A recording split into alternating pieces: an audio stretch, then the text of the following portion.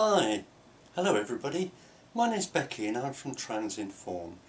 I've come to talk to you today about all things transgender really, but rather than go into anything in depth, what I want to do today is just give you a little bit of my background, a bit of my story, to give you some idea of what people go through. I can remember back when I was very young, things weren't quite right. Never knew what it was or why it was or what was going on. I kind of joked as a teenager that I didn't know whether I was a cat, dog, fish, banana. Had no idea whether I was straight, gay, bi, what have you. It was a long time ago. Life was very different then. We couldn't go and ask people. We didn't have the internet. We didn't have all that power and knowledge. So you kind of have to sort of muddle through. Not always an easy thing to do. It's very difficult to grow up in an environment where you are the only one that doesn't fit. You know, I was bullied at school, life at home wasn't great and what have you. In fact, it got to the point where I wanted to run away from home.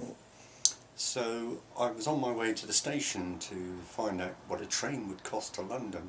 I don't know what I was going to do in London, but that was my plan. I had enough money for a train to London. And I saw this big poster and it says, "Join the army, we'll make a man of you."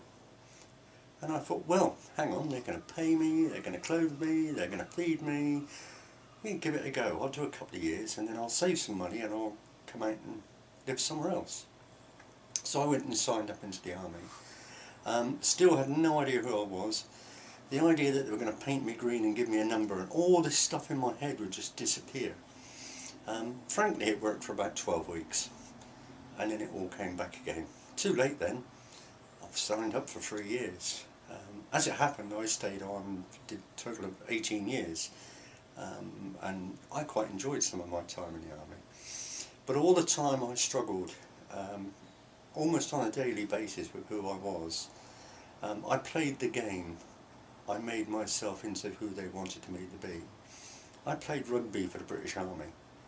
Come on, I was 10.5 stone. At that weight, you should never play rugby. Trust me, it hurts. You know. And then life went on. I was getting a lot of pressure from parents because I was coming up for 30 and I was still single. And back then, if you were past 20 and single, people thought there was something a little bit strange about you. So I met somebody, we ended up getting married. I'm not quite sure how that happened, but these things happen somehow. We had the church wedding and all the rest of it. It was a nice day. You know, we ended up having 2 amazing children, and life was all right for a while. I loved taking the girls out, playing with them at weekends and what have you. So kind of settled into things. A few years after that, we finally got the internet. This massive, inspiring thing called the internet.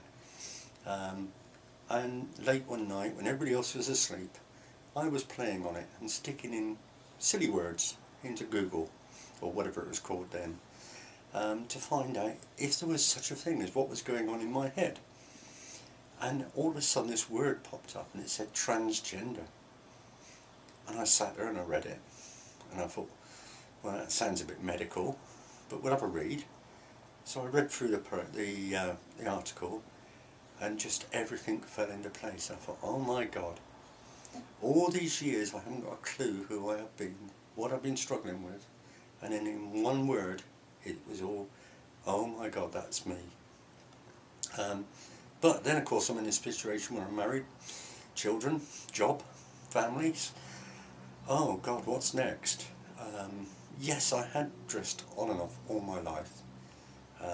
I used to go to gay bars and dress, and when I was stationed in London I used to frequent the Vauxhall Tavern and have some lovely memories of the place. But there's a big difference between dressing once a week or once a month to I want to live as a woman.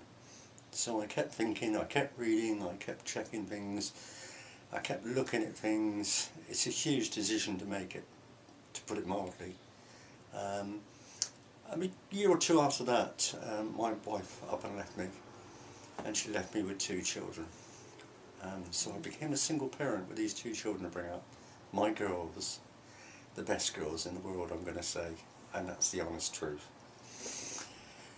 Within, I don't know, maybe 6 months of being a single parent, I sat them down and I told them the truth, because I'd set one rule in the house, and that was no lies. If you break something, tell me you've broken it, I can fix it. If you don't tell me, I can't fix it. So the rule was no lies, and there I was telling them lies, sneaking away, and sneaking around behind when they were at bed and things like that. So I sat them down and had them chat one at a time, and I told my youngest first, because my oldest was staying over at a friend's place, and I thought, this is the point where she's going to say, I want to go and live with my mum. Actually, what she said blew me away. At the end of my little speech, she went, wow, that's so cool. And that's been her attitude ever since. Next day I told my oldest daughter, who's a very intelligent young lady, shall we say. For somebody who's 12 years old, she turned around and said, yeah, I know. And I said, what? I said, well, how do you know? She said, if you're going to go out, close your wardrobe door. She'd obviously been into my bedroom to get something, and there was all these dresses in the wardrobe. So we sat, we talked, we became a very close-knit group. We worked hard, we played hard, we had a lot of fun, me and the two girls, and we made a plan over many, many months. I wouldn't do anything permanent until they left home. I didn't want my life to impact on their life, and knowing how history and society can be, that was our plan. Once my youngest went off to university, we collected up all my stuff, we threw everything that was in a charity shop, everything that was to be in the back of a camper van, and I went off to Europe and spent a year driving around Europe, having the time of my life. I didn't change my name, I didn't have any medical treatment, I just became Becky overnight.